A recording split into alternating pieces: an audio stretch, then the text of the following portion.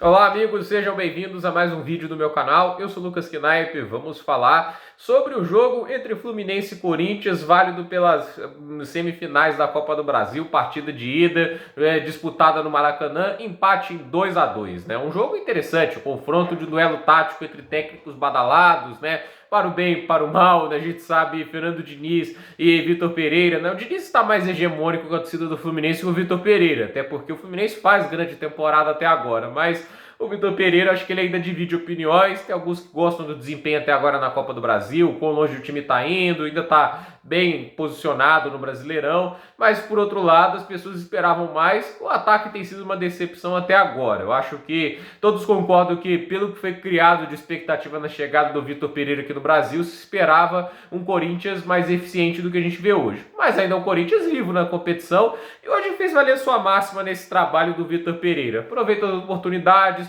perdoa pouco o adversário, porque teve menos chances, né? Foram duas finalizações na direção do gol, dois gols. O gol do Renato Augusto, com boa assistência do Yuri Alberto, e é claro, o gol do Roger Guedes no final, quase, basicamente nos acréscimos do segundo tempo, com o passe do Fagner. Então, assim, basicamente, é um Corinthians que finalizou duas vezes na direção do gol, contra o Fluminense, que, se não me engano, finalizou 7, entende? Teve mais chances o Clube Carioca, jogou melhor o Clube Carioca, a meu ver, mas aquela questão, o esporte se trata de aproveitar oportunidades, né? Elas aparecem em vários momentos das partidas, né? E ainda mais num esporte como o futebol, em que a pontuação, no caso o gol, é difícil de conseguir. A gente não vê placares tipo basquete, 120 a 112, né? No basquete você tem mais pontuação, entende? É diferente, a dinâmica do esporte é bem distinta, mas no futebol, quando aparece a oportunidade, você tem que aproveitar. E o Fluminense perdeu algumas oportunidades, aqui o Cano perdeu, acho que fica mais marcante, né?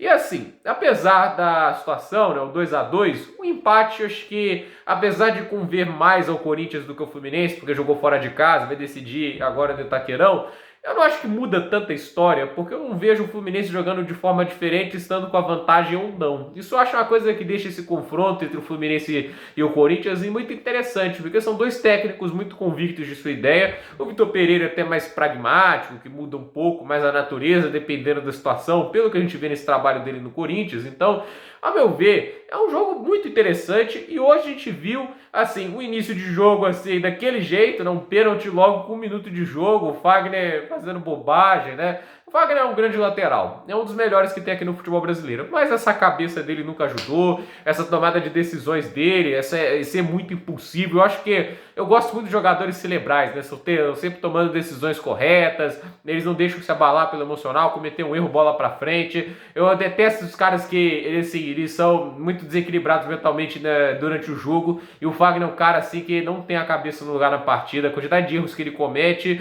frustra. Tem talento, não à toa deu passe para o gol do Roger Guedes que empata a partida, mas ele deu um gol pro Fluminense, né? O Ganso foi lá e aproveitou. A de se elogiar até agora o Paulo Henrique Ganso no Fluminense, né? Talvez um pouquíssimo expectativa, uma contratação criticada. A gente sabe que ele sempre foi um jogador talentoso, né? A gente sabe que naquela época lá do Neymar e do Paulo Henrique Ganso, era uma dupla dinâmica, né? Eram os dois jogadores talvez que mais surpreenderam na base do Santos naquela era. E é um cara que teve as oportunidades no futebol internacional, foi jogador do Sevilha, acabou não dando certo, foi considerado um flop, tentando várias vezes erguer-se na sua carreira e finalmente está conseguindo. E fico muito feliz com um talento como o Paulo Henrique Ganso, que sempre mostrou ter virtudes muito grandes, né? Em questões técnicas, é claro, um jogador muito qualificado, volte a aproveitar mais do seu talento e tem sido muito responsável pelo crescimento de produção do Fluminense nessa temporada, né? Muito mérito até mesmo da Abel Braga, né? Porque ele já começava a mostrar sinais positivos com a Abel, mas também muito mérito do Diniz, que conseguiu potencializar suas boas qualidades.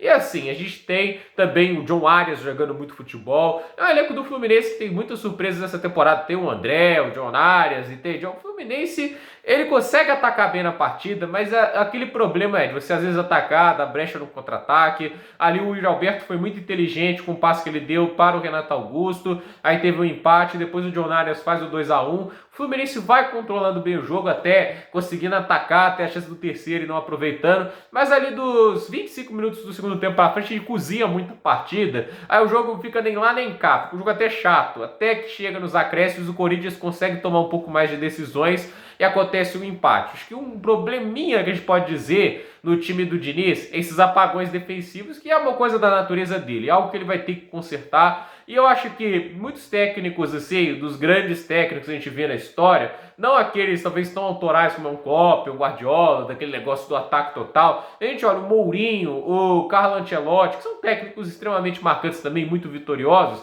Eles se destacam muito, eles são muito copeiros por entender, saber administrar resultados, entende? Os caras, eles sabem comandar muito bem a partida, tem ótima leitura de jogo. A gente vê muitas vitórias com os placares magros, mas no final eles são campeões, entende? Eu acho que o Diniz tá faltando esse tato, né? Pode ser a primeira final dele, né? Eu não me lembro dele de outras finais, não tô contando estadual, pelo amor, né? Mas assim, eu acho que pode ser a primeira final de grande relevância do Fernando Diniz, então eu acho que assim, o Fluminense tinha que ser um pouquinho mais sólido nesse final, organizar um pouquinho mais a defesa. Acabou ali que o Roger Guedes aproveitou o vacilo da defesa, não perdoou, um jogador talentoso. Até agora não entendo como ele estava sendo banco pro William, o William não fazendo gol, não dando assistência. Eu odeio esse negócio de impacto silencioso para um atacante, isso é coisa de volante, é impacto silencioso no sentido de não ter gols e assistências.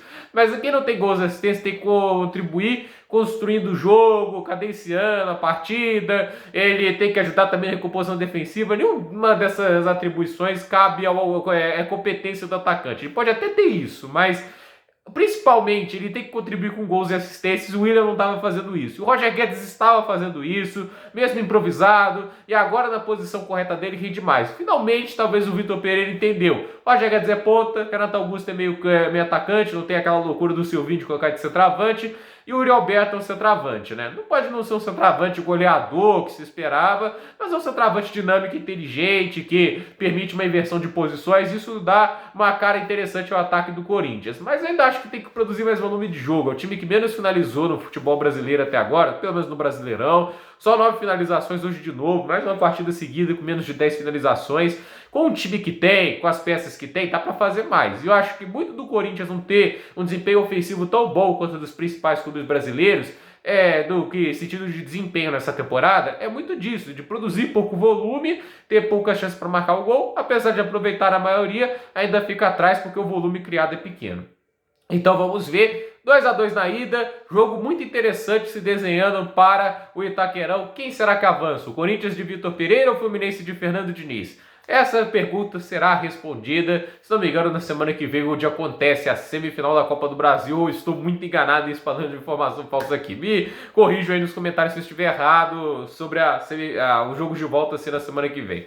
Gente, por esse vídeo é isso. Dúvidas nos comentários, deixe seu like, se inscreva no canal, compartilhe esse vídeo e até o próximo vídeo.